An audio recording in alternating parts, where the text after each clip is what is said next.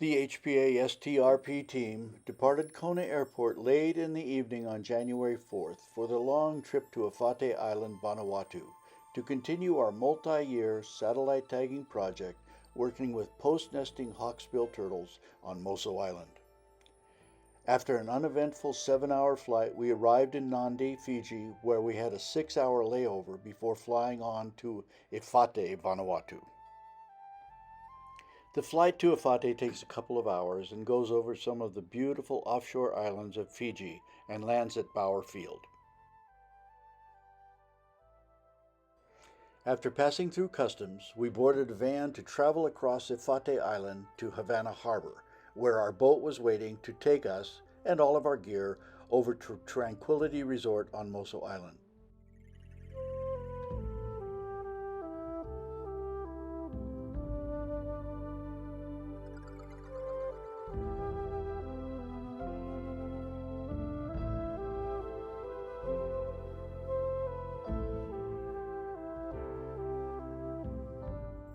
It was a wonderfully calm, beautiful evening, and the 30-minute boat ride to Tranquility Resort was gorgeous, as we were greeted with a rainbow on the way over.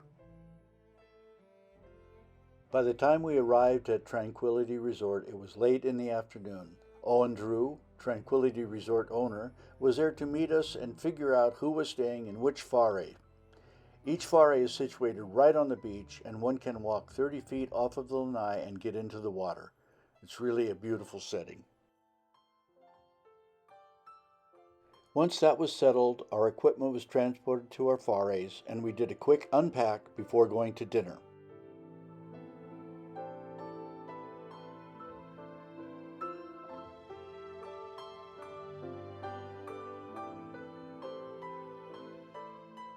After a good night's rest, the STRP team got together in the morning to go out on a scuba dive.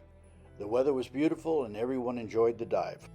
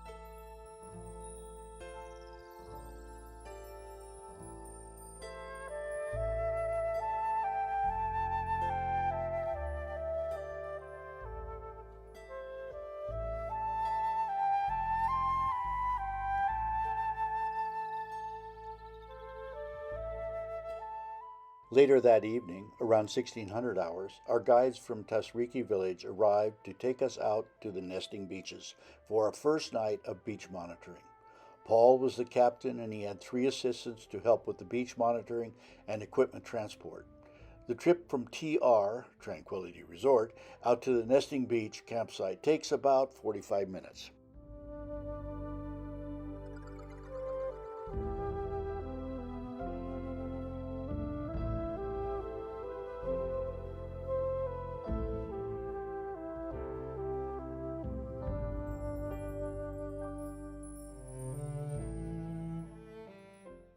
After setting up camp, we had dinner on the beach and waited for it to get dark before beginning our beach walks to look for nesting hawksbills. The evening sunset was stunning, and after a nice meal, we were ready to get to work. We divided the team into 2 groups. One went west and one went east to look for turtle tracks.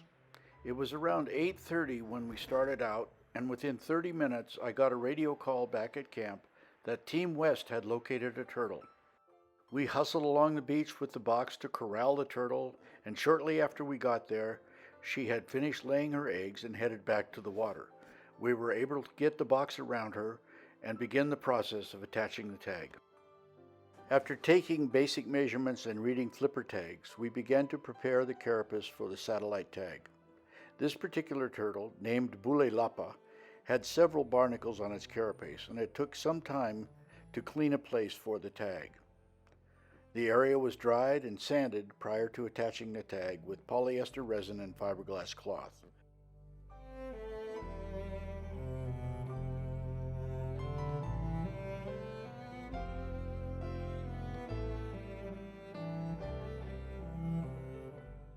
The polyester resin is UV activated, so we use a UV flashlight to cure/harden the resin. After completing the attachment, we took a group photo and then released Bule Lapa so she could get back to the ocean. Bule Lapa crawled back to the ocean and disappeared into the night. We were thrilled to have successfully attached our first satellite tag of the trip to a beautiful, healthy hawksbill turtle. We will follow her movements as the tag sends information to the Iridium satellite system about her location over the next year or so. We did not find any other tracks during the remainder of the night, and after a couple of hours' sleep, everyone was up at dawn and we packed the boat for the trip back to Tranquility Resort, where we would rest up for another night out on the beach.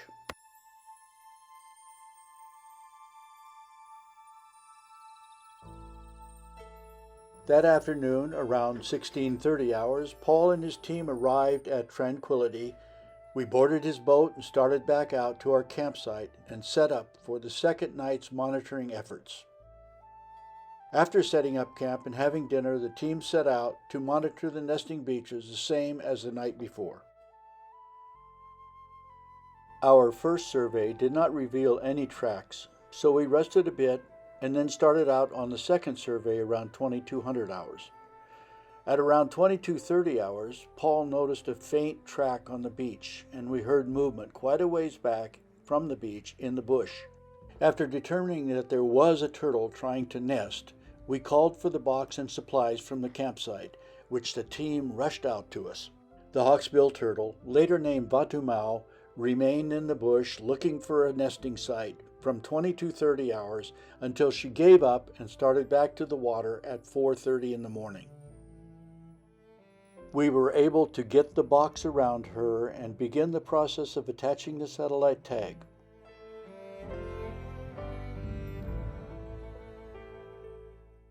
Vanuatu's carapace was nice and clean, which made attaching the tag much easier.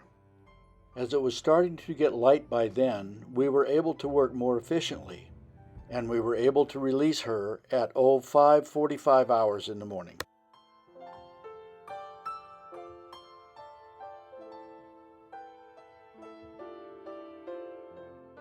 She rapidly made her way back to the ocean and quickly disappeared. We did discover her again 2 nights later, and we believe she successfully nested then.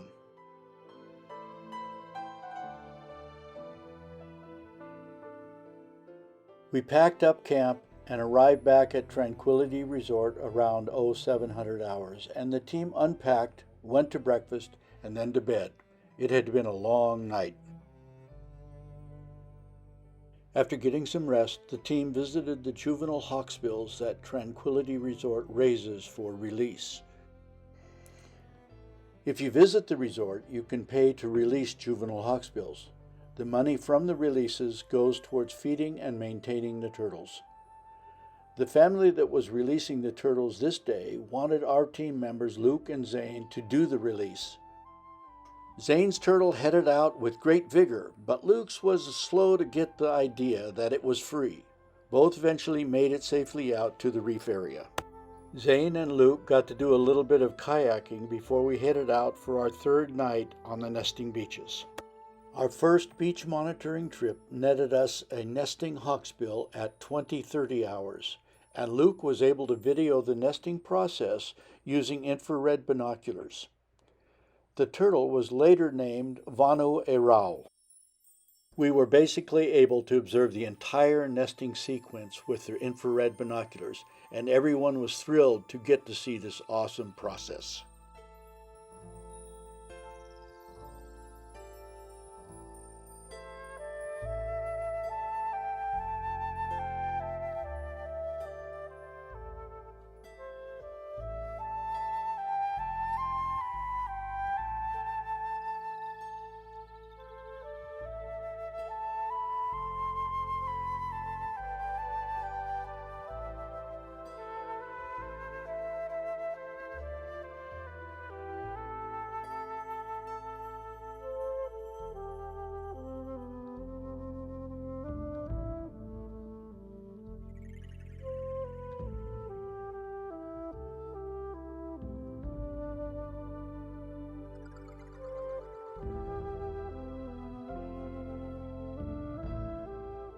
After Vonuatu successfully completed nesting, she headed back to the ocean and we were able to restrain her in the capture box. We got right to work cleaning her shell and attaching the satellite tag to her carapace. By 2200 hours, we were able to release her and she safely made her way back to the ocean. After a little sleep on the beach, we made our way back to Tranquility Resort and shared some gifts with our wonderful Tasriki Village captain and crew. Then we took a group picture and said our farewells as we were done with our beach monitoring for the trip. The next morning we packed up, said our goodbyes and thank yous, and boarded the skiff for the trip back to Port Vila, beginning our trip back to Hawaii. As we left, we said goodbye to our good friends and colleagues from Vanuatu, Francis and Marama. While in Port Vila, we were able to visit the city's various markets and souvenir stalls and have lunch before we went to the airport for our flight to Nandi.